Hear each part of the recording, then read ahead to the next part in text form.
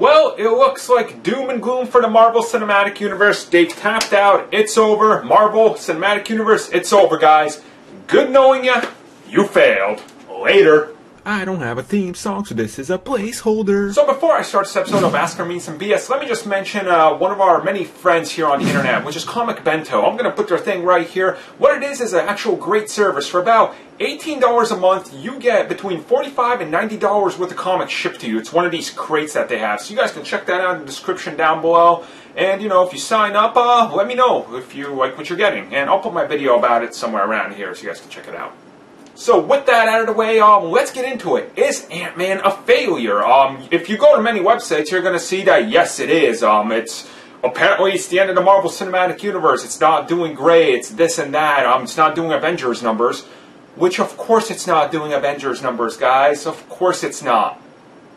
It's Ant-Man. Now, before I get into this, I do have to preface a few things. First, this is Ant-Man. Now, when you had Iron Man coming out, when you had Captain America and Thor coming out, these were heroes that weren't exactly known to everybody, but they were heroes that were in mainstream culture already. You know, when you looked at the Marvel poster, you would see Captain America, you would see Iron Man, you know, there was video games with these characters in them.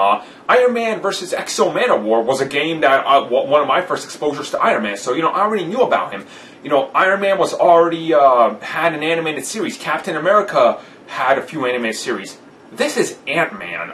This is one of the tiniest, no pun intended, characters in the Marvel Universe. You know, he's not that big, he's not that popular. And another decision that goes into this is, it's not the Ant-Man that most people know. This is Scott Lang. For all intents and purposes, he's a more recent character than anybody we have, you know, anybody else we have in the Marvel Cinematic Universe. He's not up there with Hank Pym Ant-Man. You know, he's this newer character, and he's very much not likable. You know, he's pitched in the movie trailers as a douchebag. You know, he's pitched as this low-down guy that's, you know, just a scumbag. And I think that's also, you know, in, like, people's perception of the movie. So the movie has opened up, and it's doing around $60 million projected for its first weekend, and people are already saying it's a failure. But when we go back and look at the track record, how is that? Captain America and Thor 1 only did marginally better than that.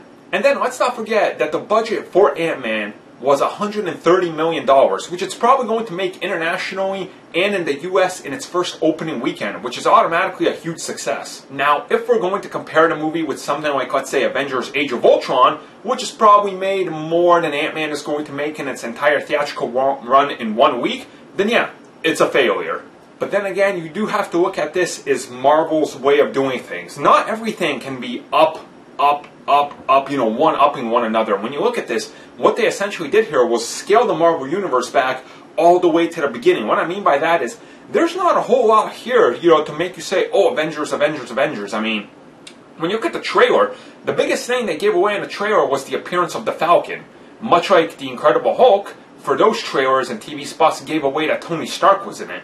So when you're really comparing this movie, you're looking at the Incredible Hulk. Now, the only difference you're going to be looking at here is that Marvel owns Ant-Man. They do not own the Incredible Hulk. Distribution rights for that movie are over at Universal. So, you know, that's why there's no other, you know, Hulk movie happening or anything.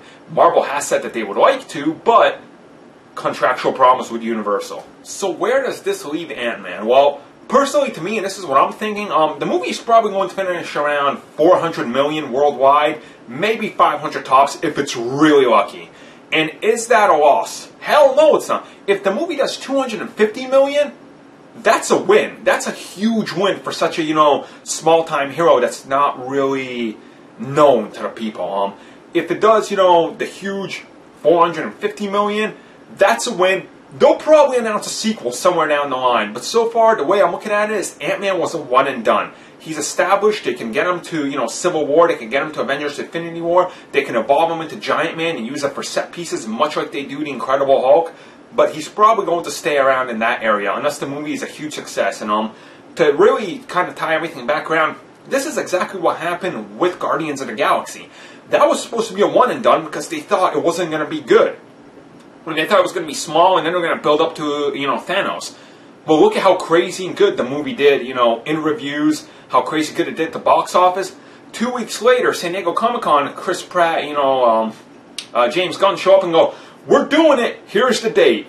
Because it was a huge success. And it's not that typical Marvel 2-year, it's the 3-year gap, which they're not really used to doing unless it's an Avengers movie, so that really shows you. So I really hope that kind of answers the question on if Ant-Man is a failure. You guys let me know what your thoughts are down below.